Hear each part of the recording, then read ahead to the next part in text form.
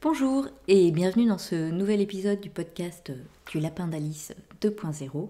Je suis Alice et je suis ravie de vous retrouver ce matin pour un podcast version classique, voilà, version longue même, où on va parler couture et tricot comme toujours. Comme toujours. Pas comme les petites vidéos justement, qui étaient donc petit format. Là, ça risque d'être, je vous le dis, un peu plus long parce que j'ai pas mal de choses à vous montrer. Bon, voilà, ça y est, on rentre dans le vif du sujet. C'est la rentrée, c'est la reprise des bonnes habitudes. Et donc, pour ne pas changer les bonnes habitudes, on va faire une partie tricot, une partie couture, et je vous indiquerai le temps où débute la partie couture pour celles que le tricot n'intéresse pas. Et toujours dans les bonnes habitudes, je porte mon pull chaton d'atelier Émilie, que j'ai tricoté dans la base Alice Descas de Madeleine et Philibert, coloris Grenoble, qui est un pull que j'aime beaucoup. Et je porte en dessous, mais vous le verrez plus tard, peut-être un t-shirt Agnès de Tilly and the Button. Mais je vous le montrerai dans la partie couture quand il faudra que j'essaye les tenues, le temps de me réchauffer un petit peu. Voilà. Alors, en tricot, je vais commencer par vous parler du châle automne lyonnais que j'ai créé pour Catherine, Madeleine et Philibert pour le Knit It qui a eu lieu le week-end dernier et qui était... voilà, c'était top. Donc, pour remettre un peu les choses dans leur contexte, en 2020, il devait y avoir le Knit It à Lyon, donc, en avril, et Catherine m'avait demandé de créer un châle pour l'occasion, pour mettre en avant sa nouvelle base Suri et soie. Et puis il y avait donc, j'ai créé le châle Printemps Lyonnais, qui est un châle avec un écheveau de Suri et un écheveau de single soie. Le Knit It de 2020 a été reporté, puis annulé. Bref, enfin le châle était quand même là, le châle Printemps Lyonnais que vous pouvez retrouver sur Ravelry gratuitement, voilà. Bon, là, a priori, le Knit It lyonnais avait l'air de pouvoir se faire, voilà, on y croyait, etc. Et du coup, Catherine m'a demandé de créer le châle automne lyonnais, cette fois-ci. Donc un châle automnal pour le Knit It, voilà. Et qui a eu lieu. Oui. Donc cette fois-ci, le cahier des charges était un châle d'automne, donc plus douillet, avec des écheveaux de Descas, en yak Descas, donc vraiment douillet, des coloris d'automne, et puis un châle triangulaire un peu graphique, etc. Voilà un petit peu le cahier des charges. Donc j'ai dit oui, avec plaisir, bien sûr. Voilà, donc du coup, j'ai créé l'automne lyonnais. Alors je vais on voit pas très bien à cause de la lumière. Voilà. Vous voyez qu'il est quand même... Il y a une belle envergure, une belle fluidité. Hop. Il y a 3 écheveaux de Descas, donc il est pas très lourd. Hein. Puisque donc c'est tricoté en Madeleine et Philibert, Mérissoie, Yak, Descas. Donc c'est 60% mérinos, 20% soie, 20% yak. Et c'est 212 mètres pour 100 grammes. Donc là, il y a 300 grammes de laine.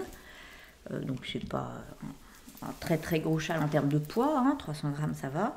La soie et le yak donnent un très joli tombé et une brillance, je trouve, au fil. Enfin, je trouve que pour un châle, c'est vraiment très agréable quoi, à porter. Voilà, j'aime beaucoup. Et puis il est effectivement douillet par le fait que ça soit de la Descas. Voilà. Donc voilà pour ce châle, enfin pour les laines en tout cas de ce châle. Et donc moi j'ai tricoté, donc c'est un châle qui est proposé avec, que j'ai designé pour trois couleurs de Mérissoie et Yak Descas. Et moi j'ai tricoté avec le coloris Nancy, avec le coloris Lille et avec le coloris Ostende. Voilà. Donc c'est un châle qui se tricote avec 3 écheveaux de DK. A priori, moi je l'ai créé pour cette base-là, mais j'ai une testeuse qui l'a créé en Alice DK, donc dans cette base-là d'ailleurs. Ça fonctionne aussi très bien. Le châle est peut-être un petit peu moins grand parce que c'est une base qui s'étend moins que celui-ci.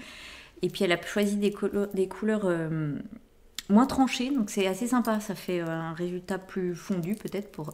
voilà. J'ai aussi d'autres testeuses qui l'ont testé dans des coloris rose, prune. Magdalena qui l'a testé dans un très joli trio, effectivement rose prune, qui est le même trio que Marie Prune. Mais elles n'ont pas choisi d'agencer les couleurs de la même façon. Et du coup, c'est sympa aussi de voir comment ça fonctionne, les couleurs agencées différemment. Parce que donc ce châle que je vous propose à 3 écheveaux, je vous indique un choix de couleurs, hein, parce que moi j'ai fait des essais et que je trouvais que par rapport au coloris que j'avais choisi, j'aimais bien faire celle-ci en coloris 1, et puis ces deux-là coloris 2 et 3, etc. Mais je vous dis, certaines ont changé, Marie elle a changé l'ordre des coloris, et ça rend aussi très très joli. On utilise grosso modo à peu près de la même façon les 3 couleurs. Vous voyez qu'il me reste à peu près la même quantité, les 3 couleurs. Donc on peut tout à fait inverser coloris 1, 2 et 3. Et puis à la fin, de toute façon je vous dis, bon ben là il faut qu'il vous reste au moins tant de ces deux laines là pour pouvoir finir correctement la bordure. Sinon on rabat un petit peu avant. Voilà. Donc, on peut changer l'ordre des coloris. Donc c'est un châle que j'ai voulu donc avec des sections parce que j'aime bien ce principe, hein, inspiration un peu Stéphane West où finalement ça rythme le tricot, puis ça permet justement de jouer sur les différents points comme Catherine m'avait demandé, donc à faire quelque chose un peu graphique et motivant. Donc on commence par ici avec un garter-table, un petit montage en fait en rectangle, hein, pas en carré, de façon à ce que ça puisse se mettre bien à plat. Et puis après, on fait une partie de jersey avec des augmentations centrales et sur le côté. Donc là, une petite mise en bouche. Ensuite, on attaque la partie brioche, bicolore. Donc la partie brioche avec toujours des augmentations, mais à part ça, c'est de la brioche simple, bicolore, mais simple. Donc ce qui permet, si on n'a jamais fait de brioche ou si on a fait il y a longtemps, de se remettre dans le bain. Voilà. Ensuite, on a cette partie de mailles glissées. Voilà. J'avoue que j'aime beaucoup le rendu des mailles glissées. Je trouve que ça fait justement assez graphique avec une technique très simple de mailles glissées croisées. Voilà. Donc en coloris lila. Donc pas trop de difficultés dans cette partie-là, c'est du jersey aussi, hein. Et la bordure est au point mousse. Et puis on a, c'est pénible cette lumière, des parties de rangs raccourcis en rayures. Alors les rangs raccourcis en rayures, vous voyez, on les commence d'un côté et on va jusqu'au centre. Hop. Et après on fait de l'autre côté et on va jusqu'au centre aussi. Mon idée, c'était d'allonger le triangle sans augmenter la profondeur. Parce que les châles en triangle, j'aime pas quand ils sont trop profonds non plus. Donc je voulais par contre qu'ils soient bien longs, mais pas trop profonds. Donc c'est pour ça que j'ai procédé ainsi. Voilà.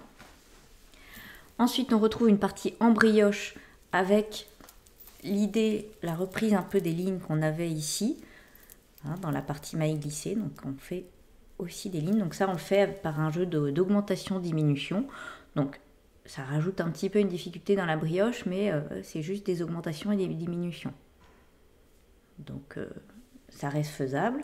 Puis c'est sur une petite section, et alors c'est toujours pareil, hein, au début on a un petit peu de mal, mais après vous voyez que ça se suit bien, donc on arrive quand même à voir où on doit faire les diminutions et les augmentations, puisque ça forme un dessin assez logique, quoi. Voilà. Ensuite, on retrouve une partie de mailles glissées, où cette fois-ci, je voulais donc retrouver les mailles glissées du début, et puis il y avait quand même un peu un enchevêtrement là, donc on partait plus sur des chevrons finalement, enfin des losanges. Voilà. Donc on a toujours des mailles croisées glissées, mais dans les deux sens cette fois-ci. Voilà, donc c'est toujours pareil, hein, les premiers rangs où il faut mettre en place, savoir où, bon, il faut faire un peu attention, compter, mais après le motif se suit, voilà. Et puis après, on attaque la dernière partie de brioche, alors de brioche bicolore et qui en plus change de couleur. Je ne sais pas si vous allez voir que là c'est Lille qui est mis en avant et là c'est Nancy. Vous voyez, il y a un peu des deux coloris en fait.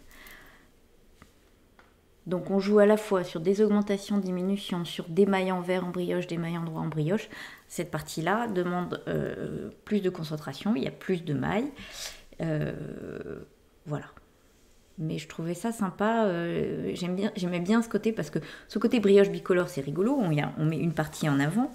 Oui, par exemple ici, de ce côté-là c'est au stand qui est en avant et de ce côté-là c'est Nancy. Et là, j'avais envie de pouvoir mettre en avant les deux couleurs sur le même rang. Donc, je trouvais ça sympa. Du coup, ça fait des rangs... donc, les explications, je vous les propose, ce sont des explications écrites. Ce sont des rangs qui sont assez longs en description, etc. Donc, on a essayé, et mes testeuses m'ont bien aidé là-dessus, de mettre les marqueurs en couleur, d'essayer de faire des repères pour que vous arriviez à lire plus facilement. Mais c'est vrai que ce sont des rangs un petit peu plus compliqués ici. Voilà. Plus compliqué à lire. Après, c'est pareil, une fois qu'on a passé les premiers rangs, ça se lit plus facilement. Mais le début, il faut être un petit peu concentré, j'avoue. Voilà. Et normalement, on s'est entraîné un petit peu sur la brioche avant. Donc déjà, les techniques de brioche, on les a revues. Voilà, on termine par un rabat classique. Alors comme en fait on rabat les mailles sur un rang vert, j'ai fait un rabat où on rabat les deux en tricotant deux mailles ensemble à l'envers. Mais vous pouvez faire n'importe quel le rabat qui vous convient, du moment que ça soit quand même relativement élastique. Voilà, c'est pas la peine que ce soit un rabat trop élastique parce que là on a de la brioche. C'est pas la peine qu'elle s'étende trop. Mais bon. Faut pas que ça soit raide non plus, quoi, vous voyez. Et d'ailleurs, pour pas que la brioche s'étende, j'ai choisi de changer la taille d'aiguille entre les parties jersey et les parties en brioche. Hein, on prend une aiguille plus petite pour la partie brioche, de façon à ce qu'au blocage, elle gonfle pas trop, elle s'étende pas trop et elle ne devienne pas trop ajourée. Voilà. Elle reste quand même... Et en fait, vous voyez, ça se voit pas au tricot, hein, c'est juste comme la brioche, c'est un point qui se détend, ben, ça détend plus que le jersey. Voilà pour ce châle, donc, automne lyonnais. Alors, je vous montre un petit peu le patron. Donc, c'est un patron que vous pouvez retrouver gratuitement sur Ravelry, sur ma page Ravelry Lapin d'Alice. Voilà, qui est, donc, je vous dis tout enfin, ce sont que des explications écrites par section. Donc, ça, c'est... toujours un peu motivant, je trouve.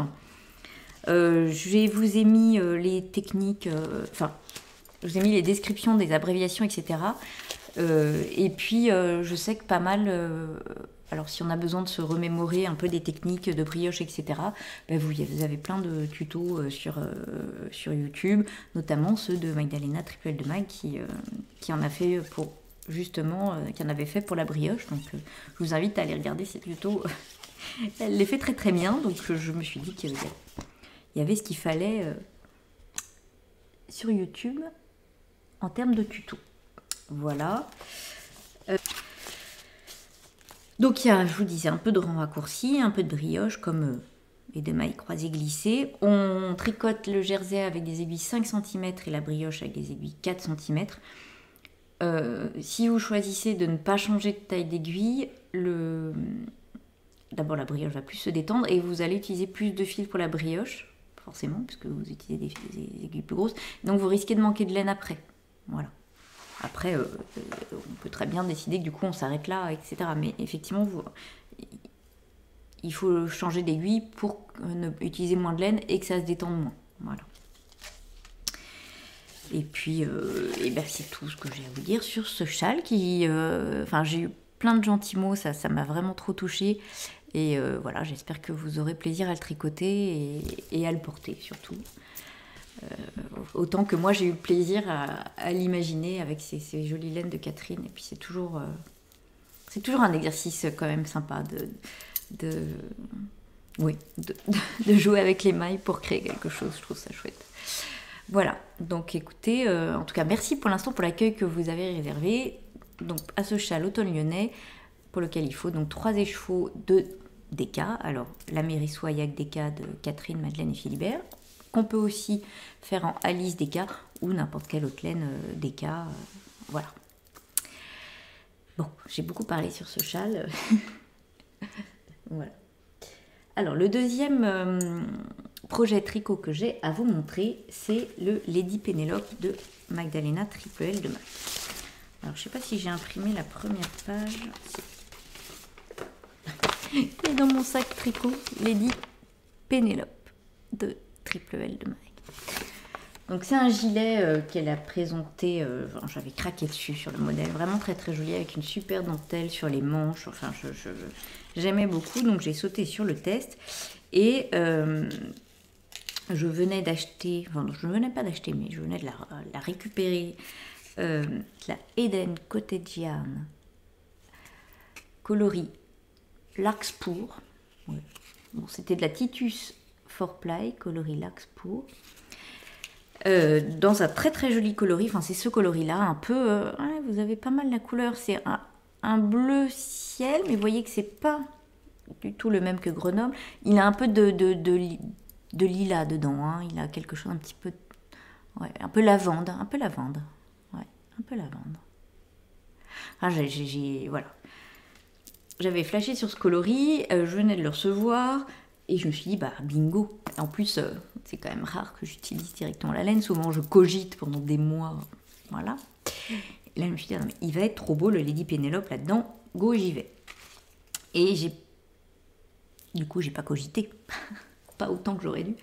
Parce que j'ai pas pensé, je sais pas pourquoi. J'avais déjà tricoté de la Eden Cottage Yarn, mais pas de la Titus. Et du coup, j'ai pas fait suffisamment attention à la composition de cette laine, qui est 75% mérinos et 25% soie. Donc il y a de la soie, ce qui veut dire que ça va se détendre un petit peu plus. Donc c'est de la 400 mètres pour 100 grammes, sinon, voilà. Là on voit mieux peut-être.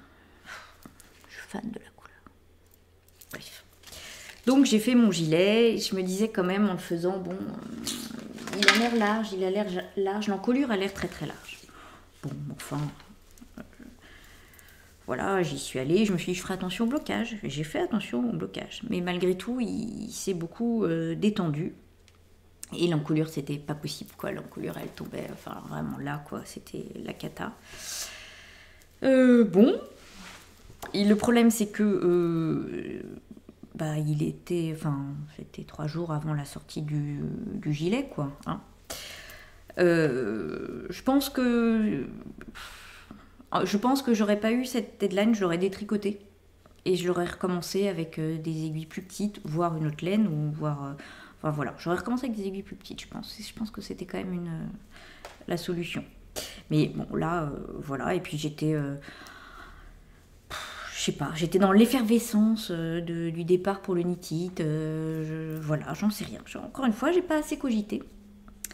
Et donc, je me suis dit, mais il y en a qui font ça, je vais le mettre au sèche-linge. Bon, je l'ai mis un peu au sèche-linge, pas beaucoup, ça n'avait pas changé grand-chose. Donc, je l'ai remis un petit peu plus. Bon, ça allait mieux. Ça allait mieux, voilà, mais c'était pas encore ça. Donc, je me suis dit, et c'est là où vraiment j'aurais dû réfléchir depuis le début, parce que j'aurais dû commencer par ça.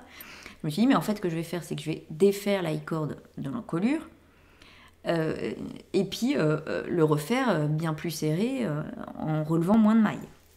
En fait, j'aurais dû commencer par ça avant de le mettre au sèche-linge, parce que même si ça va, ça a quand même un peu abîmé la laine, quoi. Enfin, ça l'a pas abîmé, ça l'a pas feutré, vous voyez qu'il a toujours... voilà. Mais la soie, ça bouloche, et là, du coup, ça l'a fait boulocher un petit peu en version accélérée. Voilà. Bon, il n'y a rien de catastrophique, hein, mais bon. J'aurais pas dû faire ça, quoi. J'ai pas... Vous voyez, on voit...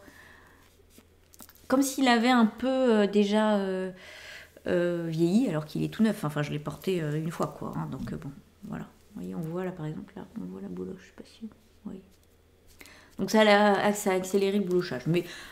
Cela dit, il n'a pas feutré, rien du tout, quoi. Hein, voilà. Et puis en fait, il n'a pas tellement rétréci. Ce qu'il a beaucoup rétréci, c'est effectivement la corde à l'encolure.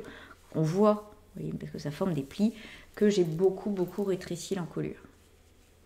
En fait, j'ai tout simplement, donc j'ai défait la corde et j'ai relevé une maille sur deux pour que l'encolure soit, pour qu'il tombe pas, quoi.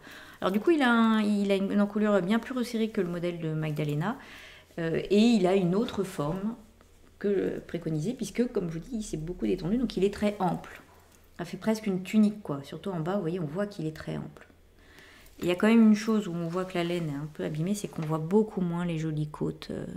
Voilà. Elles se sont là, pour le coup, pas feutrées, mais enfin, on voit moins, quoi. Bref, voilà pour les mésaventures du gilet. Je vous montrerai porté après ce que ça donne. Pour le coup, moi, je l'aime beaucoup et je l'ai porté, je vous dis, et je trouve que ça va. J'aime un peu moins dans le dos, où on voit quand même les plis. Enfin, j'ai mes cheveux. Voilà. Et puis, j'adore la couleur. Bref, donc je vous raconte comment se fait ce gilet. Donc, on commence par le haut. C'est un gilet qui se tricote du haut vers le bas, qui a une construction, vous voyez, en raglan. Donc, on a les mailles du dos, les mailles des manches, où on a cette très jolie dentelle là, qui m'avait fait craquer absolument. Et pourtant, j'avoue que les noppes, c'est pas ce que je préfère, mais là, elles sont relativement sympas à faire. Enfin, ça va, c'est pas des noppes qui prennent 107 ans. Genre les noppes, alors qui sont très jolies, hein, les bubbles d'Andrea Mori au crochet, elles sont super jolies. Et voilà, ça prend du temps. Celles-ci, elles sont pas si longues que ça. Donc, cette magnifique dentelle hein, qui m'avait fait craquer. Donc, ensuite, le devant, qu'on vient... pour lequel on vient faire des augmentations pour le creuser. Et puis, à partir du moment où on va insérer la demi-dentelle, en fait, hein, la moitié de cette dentelle-là. Une moitié sur un demi-devant et l'autre moitié sur l'autre demi-devant. Voilà. Donc, on continue les augmentations du raglan. C'est difficile à vous montrer du coup, parce qu'il est... Voilà. Et on continue les augmentations du raglan avec la partie dentelle sur le devant, une partie jersey, hop, la dentelle sur les manches et le dos qui est tout en jersey. Voilà. Donc on continue jusqu'aux emmanchures, on laisse les mailles des manches en attente et on fait le corps. Cette fois-ci, on n'a plus que les dentelles sur les demi-devants. Voilà, voilà, voilà. Donc, le dos toujours en jersey. Et puis on finit... Ah, j'ai une petite minette qui veut rentrer. Et on finit donc par ces super jolies côtes. J'avoue que j'aime beaucoup là. Magdalena s'amuse souvent avec les côtes et là. Et alors, je vous dis, à cause du passage au sèche-linge, ça leur rend pas justice. On voit sur le modèle de Mag qu'elles sont plus jolies que ça. Mais j'aime beaucoup avec ce petit jus de triangle là et encore une petite noppe. Et le reste est en côte torse 1-1. Ça très très joli. Donc ensuite, une fois qu'on a fait ça, alors moi j'enchaîne souvent sur les pattes de boutonnage parce que j'aime bien. Voilà. En plus comme ça me permet, quand j'ai rabattu les mailles du bas, je coupe pas le fil, hop, et je pars direct pour remonter les mailles. Ça me fait un fil de moins, 2 fils de moins à rentrer. Il n'y a pas de petites économies. Donc on fait les pattes de boutonnage en côte torse 1-1 et puis en rajoutant des boutonnières, enfin une avec des boutonnières et l'autre sans. Voilà. Et puis, est-ce que j'ai fait le col dans la foulée? Oui, j'ai dû faire le col dans la foulée, donc la première version où j'ai relevé toutes les mailles, je crois, enfin, ou le nom, je sais plus si c'est, elle me dit toutes les mailles. Enfin, j'ai relevé, en tout cas, 2 fois plus de mailles que là. Et là, je l'ai essayé avant blocage. C'était une encolure dégagée, mais qui allait. Un peu dégagée, certes, mais qui allait. Ça faisait très joli. Ensuite, on donc reprend les mailles qu'on a laissées en attente pour les manches. Et là, je me suis dit, allez, c'est parti, prends ton courage à deux mains, vas-y, tu vas faire les manches avec cette très jolie dentelle, mais ça va être long. Eh bien, pas du tout. Au contraire, ça dynamise vraiment beaucoup. Parce que c'est toujours pareil, on a envie de faire un rang de plus, on se voit avancer beaucoup plus que quand on tricote une manche en uni en fait. Et en fait, elles ont été bien plus rapides que ce que j'imaginais, quoi. Voilà. Donc on a une partie dentelle, et puis la partie jersey avec des diminutions, donc en plus ça diminue, donc voilà. Et elles ont été relatives. Regardez-moi comme c'est joli, cette dentelle. Très très jolie. Et pour le coup, là, les manches, alors ouais, je sais pas si elles se sont... En tout cas, il n'y avait pas tant de différence avant et après blocage, quoi. Donc je pense qu'il y avait moins de poids aussi, enfin je sais pas. Voilà. Qu'est-ce que je voulais vous dire sur les manches aussi? Ah oui, et donc là par contre la grille de dentelle, je l'ai jamais retenue, quoi. J'ai suivi la grille tout le long du tricot. Elle n'est pas compliquée, mais...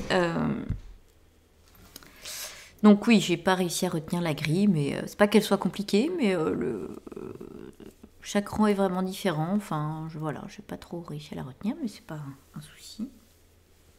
Et donc, bien sûr, l'autre manche pareil. Hop, voilà, avec cette très jolie dentelle. Et là, les manches ont fini avec des côtes 1-1 torse. Simple. Donc je vous dis, une fois qu'il a été fini, je l'ai essayé, il allait bien. Je me suis dit, ok, faut pas qu'il bouge au blocage. J'ai pourtant vraiment fait bien attention. Enfin, je l'ai pas... Oui, d'abord, je l'ai pas du tout tiré. Je l'ai au contraire remis en boule une fois qu'il est sorti de l'eau et tout. Mais malgré tout, il s'est beaucoup détendu. Ça, je pense que c'est lié à la soie. Et puis, Magdalena, elle a utilisé la base, une base Merino Mohair de Heidi Heidi.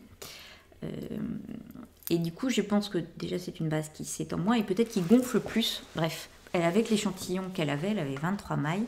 Moi, pour l'obtenir, j'ai dû utiliser des aiguilles 3,75. Donc, c'était quand même un tricot lâche. Et du coup, ça laisse la place au blocage, au tricot de se détendre beaucoup au blocage, quoi. Et ce qui est idiot, et c'est pour ça où je vous dis que j'ai pas assez cogité, parce que j'en ai, moi, de la Merino Mohair de Catherine, Madeleine et Philibert. J'aurais dû utiliser une base comme ça.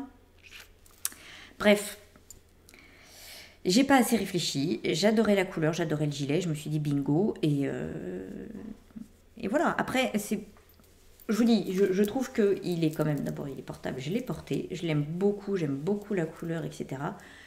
J'ai une petite déception devant. Je trouve que ça va. Et j'aime assez la forme.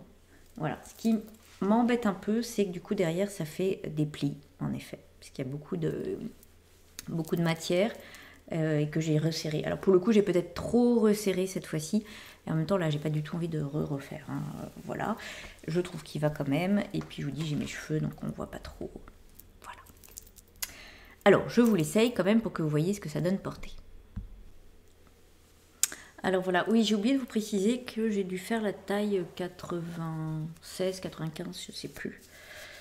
J'ai fait la même taille que Magdalena. Donc vous voyez, on voit que c'est en largeur, hein, surtout qui s'est détendu. Donc il y a pas mal de matière ici. Là, avec le col tel que je l'ai fait, il est bien resserré et il tient bien. Mais vous voyez, on voit vraiment... voilà quoi. Et il s'était aussi beaucoup allongé. Là, par contre, le sèche-linge l'a fait... je trouvais presque trop long. Là, ça va quoi. Bon, il a... En plus, il était en bout, là, il a un peu pris les plis. Donc je sais pas si vous voyez derrière, ouais, on voit que ça forme des plis. Donc ça, bon, j'aime un peu moins, après je vous dis j'ai les cheveux. Donc on ne le voit pas. Et puis ça lui donne une autre forme, un peu tunique. C'est pas la forme que voulait Magdalena. Mais bon, franchement, je l'ai porté, j'aime beaucoup la couleur et je trouve qu'il est tout à fait... Enfin, il est portable et je l'aime beaucoup comme ça aussi. Mais c'est pas comme ça qu'il aurait dû être. Voilà. J'aime beaucoup la couleur, j'aime beaucoup la dentelle. Et bon, ça m'énerve contre moi-même de ne pas avoir réfléchi assez, en fait. Mais le résultat me plaît quand même. Voilà. Donc au début, c'est vrai quand je l'ai... Enfin, heureusement que je devais faire les photos pour Mac, parce que sinon, c'est le genre de choses, je l'aurais mis dans un coin et je l'aurais j'aurais mis du temps à me le réapproprier. Puis là, comme je devais faire les photos, bah, je l'ai porté, je l'ai mis toute la journée et tout, et je me suis dit, bah, finalement, c'est bien. Bon. Et voilà, alors là, je le porte, je voulais vous montrer avec mon top Agnès de Liz Taylor. C'est pareil, ça fait très joli avec les petits nuages. Et ce coloris, j'aime beaucoup, vraiment, vraiment le coloris. Et je pense que la laine, c'était pas forcément le bon projet pour elle, ou en tout cas, j'aurais dû l'anticiper sur un projet qui méritait plus de drapé, tricoté avec de moins grosses aiguilles, mais c'est une jolie laine quand même, quoi. Et qui donc, passé au sèche-linge et tout, n'a quand même pas bien souffert, hein. Enfin, je veux dire, hein, voilà, quoi. Donc voilà pour le Lady Penelope de Magdalena, qui me plaît beaucoup, m'a beaucoup plu à tricoter, et le modèle me plaît beaucoup. Voilà, je pense juste, faites pas comme moi, réfléchissez un peu plus à la laine que vous utilisez. Voilà pour la partie tricot. Je vais pas vous montrer d'encours particulier parce que c'est déjà long. Juste, je ne peux pas passer à côté de ça. Hier, c'était le premier jour du Mystérical de Stéphane West, le show Graphie. Comme je vous ai montré sur Instagram, j'étais encore en pleine hésitation sur 2 combos, donc je n'ai pas commencé hier. J'ai regardé tous vos messages et tous vos conseils, et puis la nuit porte conseil, et je me suis décidée, ce matin j'ai bobiné mes écheveaux, donc je vais commencer après, et je vous montre quel combo j'ai choisi. Donc il n'y a pas de spoiler, parce que j'ai rien tricoté encore. Hein. Voilà. Et j'ai choisi, roulement de tambour, et ben le combo 1.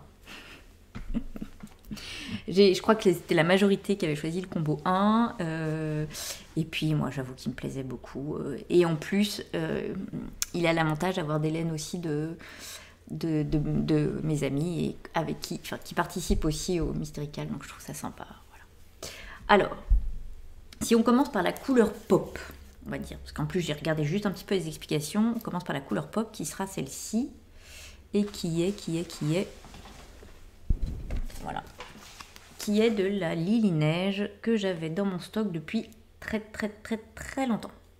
Donc ça c'est un mélange baby alpaga et soie, champi-sans-lit, voilà, ma couleur pop. Après, parce que non seulement j'ai choisi mon combo entre les deux, mais j'ai même choisi quelles seraient les couleurs A et B en tout cas. Après, pour l'instant, il a dit que ça n'avait pas trop d'importance. C'est Stéphane, c'est Say Yes, Don't Stress. J'adore. Donc j'ai choisi comme coloris là, de fond, qui va donc être le coloris B, celui-ci, qui est un écheveau, faut que je ramène les étiquettes, de Walk Collection, coloris Nightshade, qui m'a été offert justement par Aline, by Aline Valentin. Donc voilà, ça me fait en plus plaisir de l'utiliser dans ce châle, donc ça sera comme ça au début. Et puis après, il a dit que c'était pas trop... l'ordre n'était pas hyper important. Donc, voilà. Il a dit quand même que le coloricier, parce que j'ai regardé son réel hier, histoire de m'aider à choisir, il fallait qu'il soit... Enfin, si on avait un écheveau varié, c'était mieux de le mettre en coloricé. Donc, j'hésite un peu pour le coloricé entre ces deux-là, qui sont tous les deux... Oh, j'adore. C'est tous les deux des laines d'Olan, qui est une marque, je crois, .ie, donc ça doit être italien. Qui est de la single, 300 cm pour 100 grammes. Et ça, c'est le coloris Veil. Et celui-là, mais j'arrive pas trop à lire, c'est écrit tout petit. Zinnia. Donc j'hésite un peu, on verra. Et j'ai un autre coloris magnifique, dont j'ai aussi perdu l'étiquette. Elle est là. Pour finir, de Jardin de laine, dont j'ai découvert que maintenant c'était Ivy Fiber Co. Et elle fait aussi une autre marque de teinture acide. Je ne me souviens plus le nom. Artemis, je crois. Moi, je vous dis peut-être une bêtise. En tout cas, Jardin de laine est devenu Ivy Fiber Co. Et alors, parce que je ne suis pas assez... voilà. Et donc je suivais ce compte et je me dis j'adore l'esthétique, etc. Je viens de lui passer commande pour faire un test de Marzena à Ivy Fiber Co. Et là-dessus, je réalise que avant c'était Jardin de laine. Bon. Je crois que la rentrée était un peu compliquée pour mon cerveau. Hein. Bref, ça c'est un écheveau qui m'avait été offert par Amandine, dans la bulle d'Amandine. Voilà, c'est mes couleurs aussi, ce bleu-gris, mais en même temps plein de nuances, enfin voilà, j'adore. Et c'est le coloris de Nîmes. Et c'est aussi de la single. Donc, du coup, je trouvais que si on regarde là, ces deux-là sont trop beaux ensemble. Mais ça, c'est joli aussi. Ça, c'est joli aussi. Ça, c'est trop beau. Ça, c'est trop beau. Et puis, il y a la couleur pop. Hop. Donc, je vais essayer de vous montrer un peu tout. Je sais pas comment on va faire. Je sais pas comment il fait. Stéphane, il est fort. Hein. Moi, les tours de Pise, je sais pas faire. Hein. Voilà. Donc, j'ai choisi le combo 1. Merci d'ailleurs pour tous vos conseils. J'avoue que le combo 2 me tentait aussi beaucoup, mais je crois que j'aurais pas le temps de faire 2 châles à 5 chevaux là, avec des indices d'une semaine à chaque fois. J'ai trop hâte. J'ai trop hâte de le commencer. Voilà.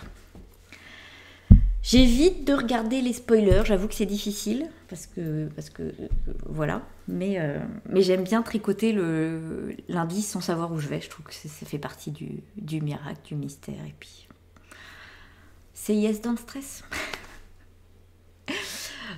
Voilà, bref. Donc, écoutez, voilà, j'ai hâte de commencer. Bon, c'est tout pour la partie de tricot, qui était déjà bien longue. Et puis, on va se retrouver pour la partie couture. Alors, donc, pour la partie couture, déjà, avant de remettre mon pull, parce qu'en fait, là, j'ai pris un petit coup de chaud, mais bon. Donc là, vous voyez mon top Agnès de Tilly and the Button, que j'avais cousu dans le jersey Liz Taylor de cet été. Je vous avais dit, je trouve qu'il est un petit peu trop serré, mais je le porte quand même. Mais d'abord, j'adore les coloris, puis ça va quand même, hein, je respire. Mais voilà, un petit peu trop moulant à mon goût. Mais j'aime beaucoup, et puis il va très très bien. Pardon pour le bruit. Avec mon pull chaton. Et l'avantage aussi du fait qu'il soit près du corps, c'est que, bon là le pull est ample, remarquez. Mais sous un pull en fingering, en fait, du coup, ça passe bien, parce que souvent les pulls en fingering... surtout les premiers que j'ai faits, ils étaient assez près du corps. Et du coup, c'est bien d'avoir un t-shirt près du corps aussi en dessous. Voilà. Bref. Donc en couture, je vais commencer par vous parler du dernier patron de Liz Taylor que j'ai testé. Et, alors j'ai testé il y a longtemps, puisque c'était avant l'été. C'était avant l'été. Et j'avais tellement hâte de vous en parler. C'est vraiment un patron qui m'a fait craquer. Voilà quoi. Et comme je savais que c'était un patron, elle nous avait prévenu que c'était un modèle qui sortirait à l'automne, j'avais déjà imaginé mes versions dans des tissus un peu automne. Et puis, comme je vous l'ai dit pour le châle automne, l'été de toutes les façons était automnal. Hein. Donc on n'avait pas de mal à se projeter. Voilà. Donc, pardon pour le bruit, c'est ce très très joli patron Comète. Voilà, de Liz Taylor. J'adore les pochettes. On en parle de ces pochettes. Voilà, donc il y a une version robe, une version blouse, et puis on peut aussi faire... moi j'ai fait la version blouse manche courte. Voilà, donc la version robe, la version blouse, et puis du coup on peut faire version... Enfin moi c'est ce que j'ai fait, version blouse manche courte, quoi. Alors j'ai commencé... direct par la version robe, voilà, je la voyais en version robe, et je la voyais dans un tissu Liz Taylor Alcé que j'avais acheté, je crois l'année d'avant, oui, parce que c'était l'année d'avant qui était sortie, pour me faire une robe d'automne. Et puis c'est toujours pareil, on a toujours plein de projets, on n'a pas de temps. Voilà, là je me suis dit c'est l'occasion, c'est une robe d'automne, tissu d'automne, allez go. Donc j'ai cousu ma version en taille 38, j'ai rien modifié. Donc normalement c'est toujours pareil, pour la poitrine je suis entre le 36 et le 38. Bon, c'est une robe qui est un peu blousante, donc je me suis dit ça va pas poser de soucis. Pour la taille, je suis en 38 plutôt, et pour les hanches, 38 ça me va bien aussi. Donc voilà. Elle préconise pour la version robe manche courte 2,30 m. Moi j'avais 2 mètres, c'est passé, hein, donc voilà, mais j'ai l'habitude de jouer à Tetris, hein, mais c'est passé dans mes 2 mètres. Voilà. Et il faut un petit peu d'élastique pour les manches, etc. Alors c'est un patron qui est toujours, comme d'habitude, super bien expliqué. Moi vraiment, mais je me régale en les cousant parce que On a des finitions petits oignons qui sont vraiment... C'est hyper pédagogue, c'est hyper bien expliqué dans les explications écrites. En plus, là, elle a tourné des vidéos pour expliquer les points plus compliqués. Alors, je les ai pas vus parce que nous, on les avait pas au moment du test. Et puis, du coup, j'ai pas encore refait, mais j'ai prévu d'en refaire. Mais bon, ça ajoute forcément. Mais rien que les schémas sont vraiment, vraiment hyper explicites. Les explications nickel. Et je vous dis, c'est vraiment prévu pour que les finitions soient jolies, soient belles, sans que ça soit d'une difficulté acharnée aussi parce que c'est très bien expliqué. Voilà. Donc vraiment, moi je suis hyper convaincue. C'est vraiment un plaisir de coudre ces patrons, quoi. Voilà. On y va en confiance, quoi. Alors, je vous montre ma robe, que j'ai portée au Knitted d'ailleurs le week-end dernier. J'ai déjà pas mal porté parce que vraiment, en plus, c'est une robe dans laquelle on se sent bien. Elle a l'avantage d'être... Moi, j'aime bien les robes un peu quand même cintrées à la taille, mais c'est cintré avec un élastique, ce qui fait qu'on peut vraiment on n'est pas serré. Alors, c'est marrant parce que autant les jupes, enfin, les robes élastiques comme ça me convient bien. Et je pense qu'elle serait jolie, et là, je l'ai portée comme ça, mais avec une ceinture en plus par-dessus, si on veut. Donc, elle a comme caractéristique ce très joli petit col qu'on peut faire festonner ou pas. Hein. Moi, j'ai choisi festonner parce que j'avais craqué là-dessus, quoi. Un haut, vous voyez, un peu blouson du fait de l'élastique, quoi, avec une patte de boutonnage. Hein. C'est une vraie patte de boutonnage, mais bon, en fait, on pourrait très bien ne pas faire de vraie patte de boutonnage parce qu'on la passe sans souci. Ensuite, on a donc une jupe qui est trapèze, très simple, et donc on vient élastiquer la taille en insérant un élastique dans les marges de couture. J'ai cousu au point zigzag, voilà. J'avais surjeté auparavant mes marges de couture et après j'ai cousu l'élastique au point zigzag. J'ai pris elle préconise un frame élastique, donc c'est un élastique, je sais pas si on va voir, transparent. Et parce que souvent, en fait, c'est pas la première fois que je fais ce type de finition, et c'est des élastiques classiques. Sauf que parfois, ils sont un peu épais. Là, c'est vrai que du coup, comme il est très très fin, le frame élastique, on le sent pas, quoi. C'est hyper agréable à porter. Donc peut-être quelque chose à retenir. J'aime moins poser le frame élastique parce que c'est plus fragile, mais n'empêche qu'à porter, c'est très... Enfin, on le sent pas, quoi. Voilà. Ah oui, sur le devant, il y a quand même des pinces, alors qu'on voit pas beaucoup, mais il y a quand même des pinces poitrine. Hop, là, voilà. Et puis donc le dos est plein, voilà. C'est fini par une parmenture donc, que j'ai entoilée et sous-piquée, hein, comme préconisé, ce qui permet qu'elle se maintienne bien. Et aussi, comme préconisé, je l'ai maintenue dans les coutures d'épaule par quelques points, voilà, que j'ai fait à la machine. Hein. Je fais toujours quelques points à la machine dans les coutures d'épaule, là, hop, comme ça les maintient et on voit pas les petits points. Là. Ensuite, on a des manches bouffantes, donc foncées, très jolies, et là aussi qui sont fermées au coude, hein. Enfin c'est des manches qui arrivent au coude, on fait un rentré et on y insère un élastique un peu en hauteur, ce qui permet de faire cet aspect un peu froufrou. Donc c'est très joli et c'est très simple à faire. Quoi. Vraiment, pas de difficulté pour cette robe, hein, si ce n'est, voilà, les festons, c'est pas une difficulté, mais il faut vraiment bien cranter dans les arrondis, etc. Voilà. Mais sinon, il n'y a pas de difficulté. Encore moins si on décide de faire une fausse patte de boutonnage, donc la patte de boutonnage avec la parmenture aussi. Voilà. Et très très bien expliqué, très joli. Et je vous dis vraiment, vraiment, vraiment agréable à porter. Je l'ai déjà porté plusieurs fois. Mais là, je suis vraiment bien dedans et j'adore ce tissu qui a l'avantage d'avoir plein de couleurs. Donc je l'ai mis avec un gilet vieux rose, mais j'ai remarqué qu'il allait très bien avec mon Lady Green que j'ai tricoté en Lille de Madeleine et Philibert qui est de cette couleur-là. Donc ça, c'est top. Bien sûr, il ira très bien avec un gilet blanc. Donc voilà, il va avec plein de choses, quoi. Et puis, voilà, une jolie viscose, très agréable à porter. Enfin, voilà. Donc j'étais tellement contente de la version robe, et quand j'ai vu passer les versions des testeuses, il y en a pas mal qui ont testé la version blouse manche courte, puisque je vous dis c'était l'été, que je me suis dit non mais j'aime trop, je fais dans la foulée la version blouse manche courte quoi. Vraiment j'avais craqué, donc j'ai fait dans la foulée la version blouse manche courte dont je vous parle tout de suite. Alors, donc la version blouse, voilà.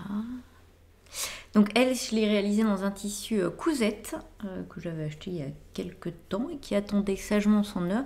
Donc qui est plus léger, hein, un peu plus léger. Et pareil, je trouvais que les coloris matchaient très bien pour un début d'automne. Je le voyais très bien dans ce petit type de chemisier un peu rétro, mais enfin voilà. Oh, la lumière est particulière. Donc on retrouve exactement les mêmes codes. Le col festonné que j'aimais beaucoup, donc j'ai gardé.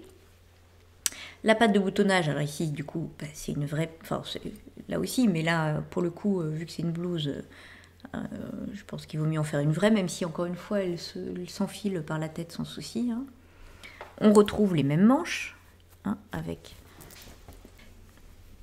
Donc on fait un grand revers, une coulisse, et du coup ça permet de laisser ici d'insérer l'élastique à ce niveau-là et de laisser ici libre, ce qui fait un petit côté volant, quoi. Sans faire un volant. Donc c'est très simple. On retrouve les pinces poitrine. Si j'arrive à vous les montrer. Voilà. Donc il y a des pinces poitrine hein, dans le... C'est le même haut. Hein. Et puis, donc, les paremontures. Comme pour la robe, hein, c'est les mêmes. Voilà, paremonture d'encolure et paremonture devant, là on les verra mieux du coup. Vous voyez qu'ils prennent l'encolure et les pattes de boutonnage. Voilà, le bas est fini par un ourlet double, hein, tout simplement.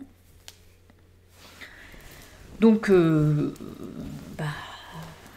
pas plus de difficulté que pour la robe, plutôt moins parce qu'il n'y a pas l'élastique à la taille. Donc c'est fait relativement rapidement. Le col est entoilé, donc, enfin un des côtés du col, donc il y a quand même un petit peu de tenue pour faire les pétales là. Voilà, il faut être minutieux juste pour bien positionner les cols, etc. Mais sinon c'est pas très difficile. J'ai mis les petits boutons, tiens c'est les mêmes que, d'ailleurs je vous ai pas montré ceux de la robe.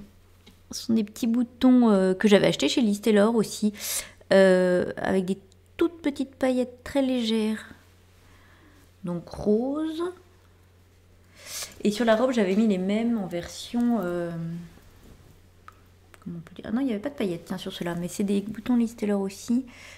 Caramel, quoi. Enfin, c'est le terrain, je sais pas comment...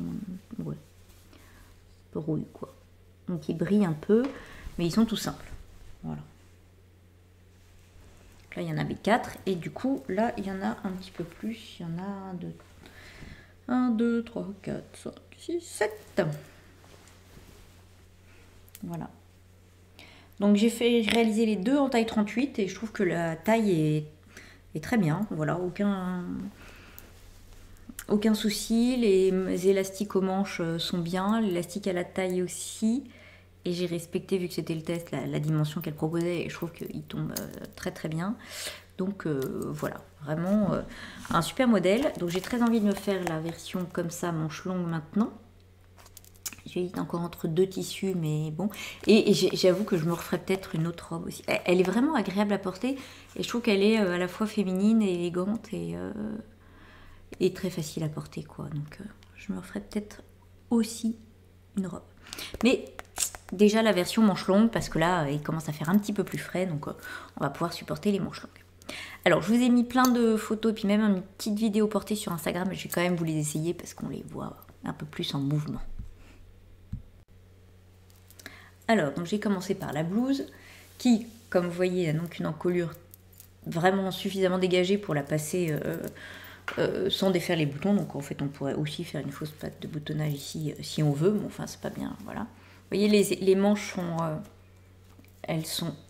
un peu bouffante mais pas trop, et l'élastique est vraiment pile à la bonne taille. Moi j'avoue, là j'aime pas être trop serré, je le suis pas, mais en même temps ça resserre quand même un petit peu. Voilà, donc le col qui tombe bien. Dans le dos, ça fait très joli aussi. Et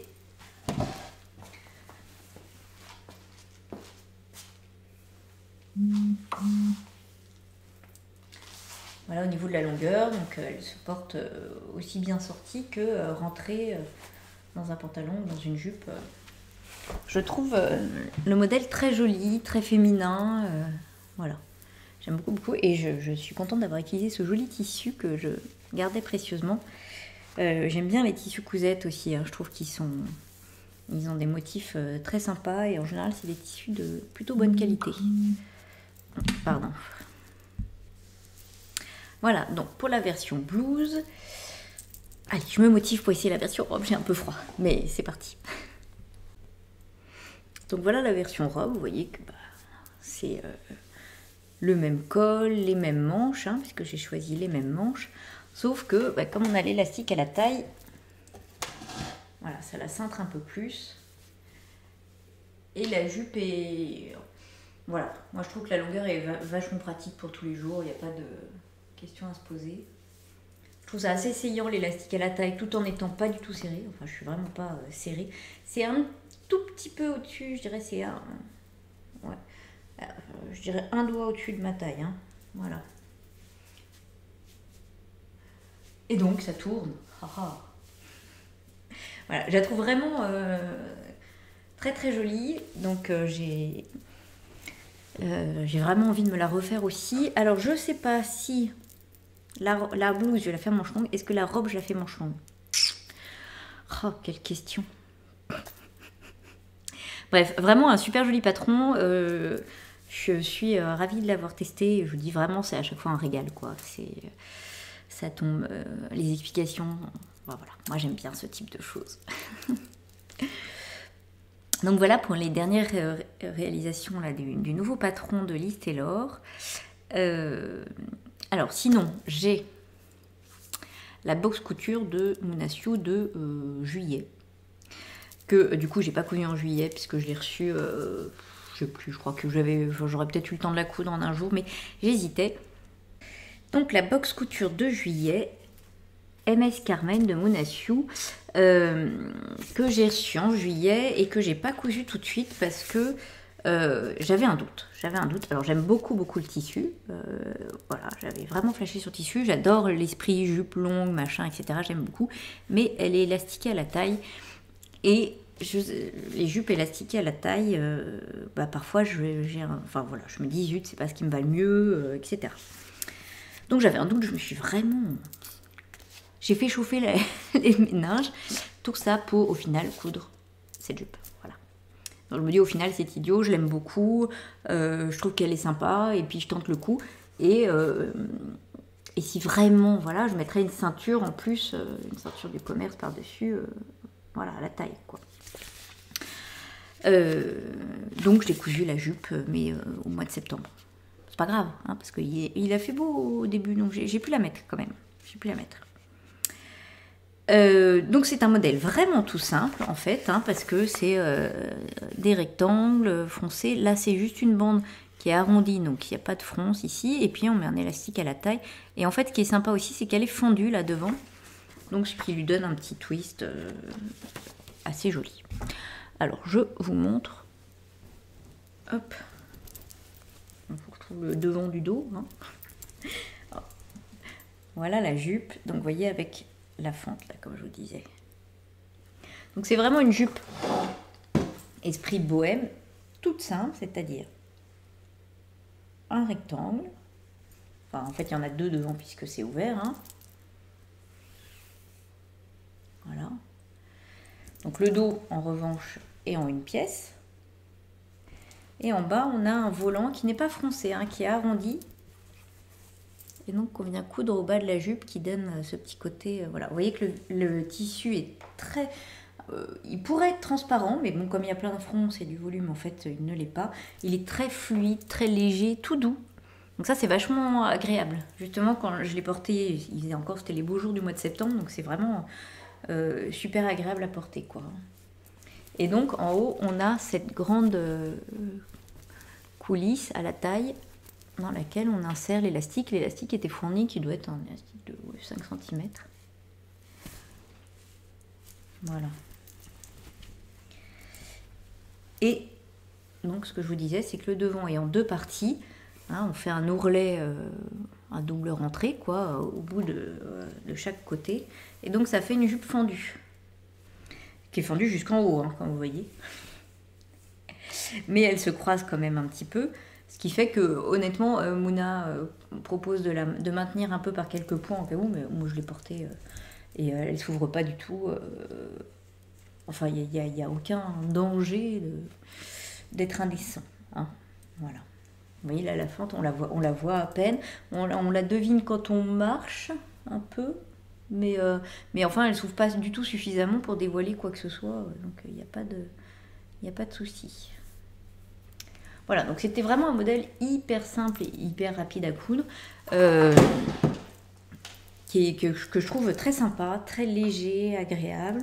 Je l'ai cousu en taille 38 comme d'habitude, et ça tombe très bien. Et finalement, je trouve ça, je suis ravie de la aussi, enfin ouais, malgré l'élastique, enfin je suis ravie aussi de la taille élastiquée. Je trouve que ça va. Alors oui, c'est vrai que c'est toujours... ça rajoute un peu de volume sur le ventre, c'est pas forcément... voilà. Mais le tissu étant tellement léger, bon, je trouve que ça va. Ça reste pas ce que je préfère, les jupes élastiquées, mais là ça va. Et je vous dis même là l'automne avec une ceinture, là je l'ai porté comme ça sans ceinture, mais en mettant une ceinture du commerce par-dessus, je trouve que ça pourra aussi très très bien passer. Et puis la taille de l'élastique, c'est pareil, ton nickel. Alors moi, vous savez, c'est toujours ce qui me plaît hein, chez Mona Scio. J'adore. Il y a une petite équation mathématique pour calculer la largeur enfin, la longueur de l'élastique qu'on veut. Alors bon, ça me séduit ça. Qu'est-ce que vous voulez que je vous dise? Donc avec les bonnes parenthèses, avec tout ce qu'il faut. Voilà, donc non, vraiment un modèle très sympa, hyper rapide à faire et très agréable à porter. Voilà. Donc je vous dis, j'ai beaucoup hésité à le faire parce que je trouvais que le tissu était sympa. Je voyais très bien effectivement une jupe longue, mais je me disais peut-être que je pourrais faire autre chose et j'ai pensé notamment à la Jaya que j'ai fait, refait et refait. Mais il est très fluide, très fin. Donc la Jaya, j'aurais dû la doubler et je me disais qu'au final... ce modèle-là allait pas mal avec ce tissu et que depuis le début que je suis abonnée au box de Mona Scio, je vais essayer de changer un peu parce que je trouve qu'on... peut-être c'est mieux comme ça. Depuis le début que je suis abonnée au box de Mona Scio, j'ai jamais été déçue, donc j'ai choisi de lui faire confiance et de faire le modèle, voilà, et je trouve que j'ai eu raison. Et puis j'avais regardé aussi pas mal les réalisations que j'avais vu passer sur Instagram, elle a été pas mal réalisée et qui m'ont bien plu, donc je me suis dit pourquoi pas, et notamment celle de Louise, les Lubies de Louise, qui l'avait cousu et à qui il restait un petit bout de tissu et qui s'était cousu un petit débardeur avec. Alors là, ça m'a achevé de me convaincre, je me suis dit bingo, ça faisait super joli, du coup elle avait mis les deux ensemble et ça faisait un peu comme une robe très bohème et tout, et je me dis ah, ça c'est sympa aussi parce que j'aime bien... esprit des robes bohèmes, donc je vais faire ça. Et effectivement, il m'est resté un peu de tissu, donc ni une ni deux, qu'est-ce que j'ai coupé dans mon tissu? Je vous le donne en mille. Mon éternel top MS Elisa. Hein, voilà, lui aussi, j'en suis à la 5e, 6e version. Bon, le patron est piqué de 15 milliards de trous d'épingles. Mais voilà, il se coud les yeux fermés, il tombe vachement bien et il me restait assez de tissu, donc je me suis dit, allez, comme ça je le fais et je pourrais mettre les deux ou pas ensemble. Voilà, toujours taille 38, toujours le petit top MS Elisa dont je vous ai parlé X fois, hein, qui est vraiment tout simple. Donc le devant avec les pinces, le dos qui est tout droit, les bretelles spaghetti, le devant qui est formé par une parementure entoilée puis que je sous-pique, et au dos c'est une espèce de bière à porter là et surpiqué, voilà, et donc qui est très très simple. Et je vous dis, il me restait donc suffisamment de tissu pour le faire. Voilà. Alors au final, je les ai pas portés ensemble. Mais voilà, parce que du coup je trouvais que ça faisait moins mois de septembre. Il est possible que j'ai décidé un peu arrêter. Bon. Mais donc ça ira très bien aussi sous un pull ou un gilet cet hiver. Et puis je vois bien l'été prochain, les deux ensemble, ça va être sympa. Voilà, donc pour cette box couture que au final, après avoir tergiversé pendant 150 ans, bah, finalement j'ai cousu tel quel. Aïe aïe aïe, on se fait des nœuds au cerveau parfois. Bon, je vous essaye les deux ensemble, comme ça, vous verrez ce que ça donne. Donc voilà, vous voyez le top qui tombe parfaitement, qui tient bien là. Même si on se penche, on voit rien. Les bretelles qui tombent plutôt bien. Bon là, j'ai pas forcément le soutien-gorge rose assorti. Dans l'eau, ça tombe nickel. Voilà. Les pinces qui tombent bien aussi. Et donc la jupe. Voilà. Donc vous voyez, j'ai fait l'élastique bien serré pour qu'elle tienne bien à la taille. Je trouve que c'est plus sympa. Avec la fente qui, vous voyez, ne s'ouvre pas. Hein. Ça s'ouvre pas facilement, hein, donc il n'y a pas de souci. Et donc,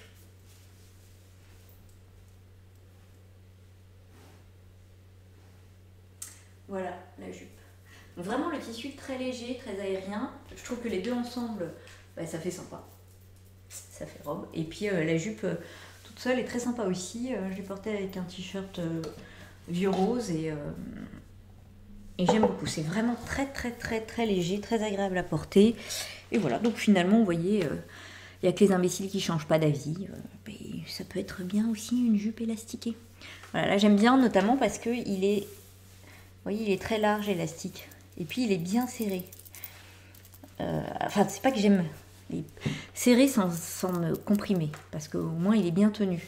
Parce que la dernière fois, je me suis cousu une jupe, la jupe avec le tissu plissé de Listelor, et j'ai mis un élastique apparent, hein, parce que c'est un bel élastique donc qui est fait pour être vu. Et en fait, il n'est pas assez serré, du coup, elle a tendance à pendre, en fait. Et c'est peut-être aussi ça qui fait que j'ai parfois du mal à gérer la bonne longueur de l'élastique. Là, il y avait une équation mathématique pour calculer la longueur. Que voulez-vous? Forcément, ça tombe bien. Bon. Donc voilà, au final, j'étais contente de cette box. Donc, et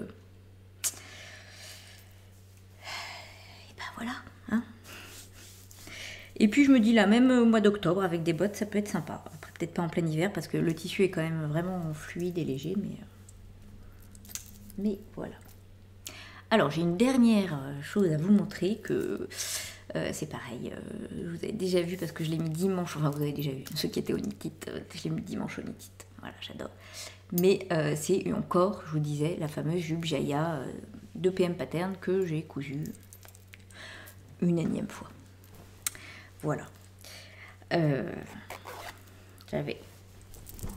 Alors je vous mettrai le petit visuel parce que c'est un patron PDF mais que vous commencez à connaître par cœur.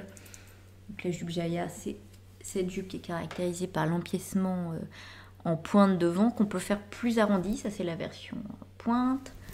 Le dos, au contraire, la ceinture, voilà. Là, ce que j'aime bien, vous voyez, dans ce patron, justement, c'est que c'est plat au niveau du ventre, donc c'est vrai que les fronts sont plus bas.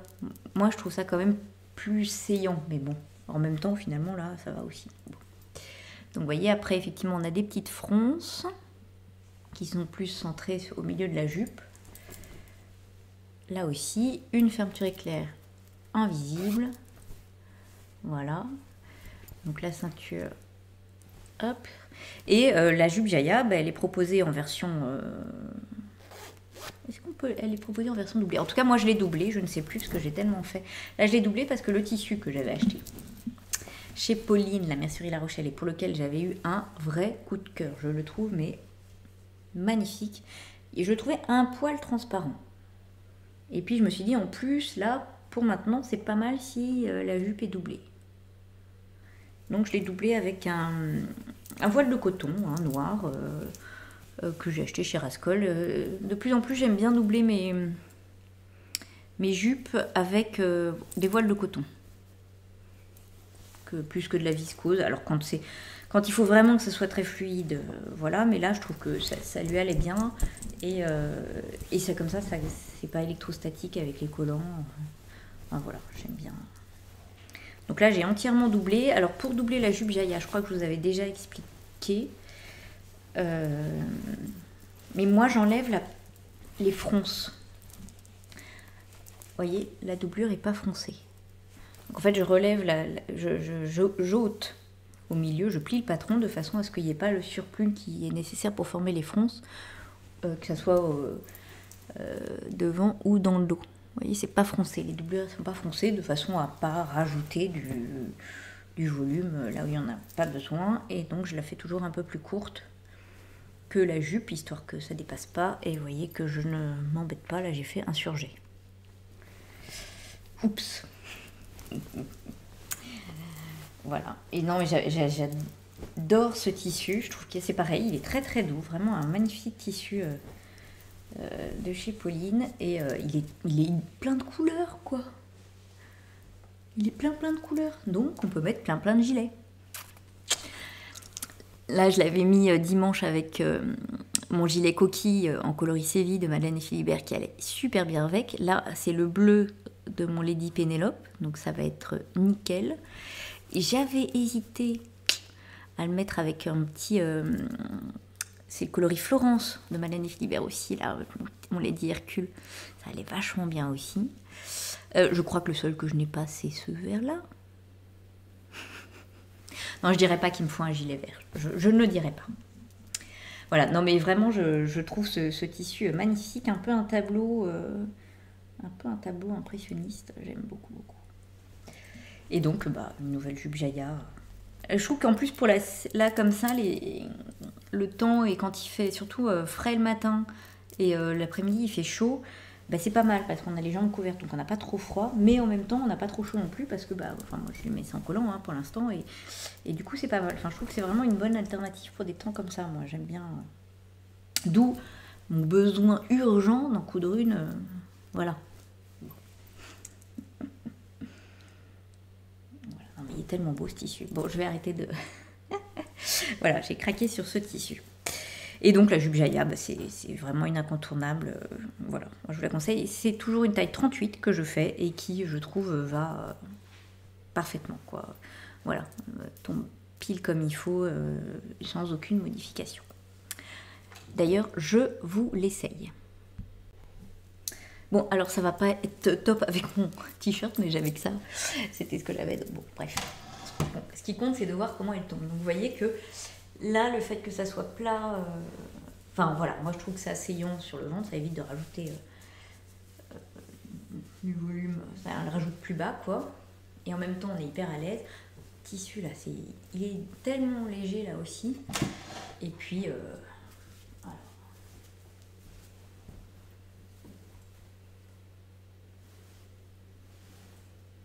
Bon, la jupe Jaya, quoi.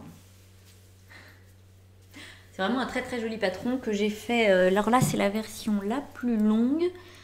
J'en ai fait un petit peu des versions intermédiaires. Et puis, j'ai une version courte seulement. C'est vrai qu'en ce moment, j'aime bien les versions un peu longues comme ça. Je vous dis, le côté, du coup, on n'a pas froid, on n'a pas besoin de mettre de collant. Voilà, donc pour ce long podcast, comme je vous avais dit, j'avais pas mal de choses à vous montrer. J'espère que ce format vous plaira aussi, parce que vous avez eu plein de super gentils mots pour les cahiers de vacances que je vous ai proposés. Je sais que vous aimez bien les petits formats. J'espère que le grand format vous plaira autant. Et puis, je vous remercie vraiment pour tous vos mots et tous vos gentils mots aussi à toutes celles qui sont passées lors du Knit It. Voilà, moi ça m'a fait trop plaisir de parler couleurs de Catherine avec vous, choisir des combos, etc. J'adore. Donc merci mille fois. Et je vous dis, je vous souhaite plein de bonnes coutures, bon tricot, et puis je vous dis à bientôt. Voilà. Merci, au revoir. C'est très curieux. Ce lapin est en retard, pourquoi faire? Hé, monsieur! En retard, j'ai rendez-vous quelque part. Je n'ai pas le temps de dire au revoir, je suis en retard.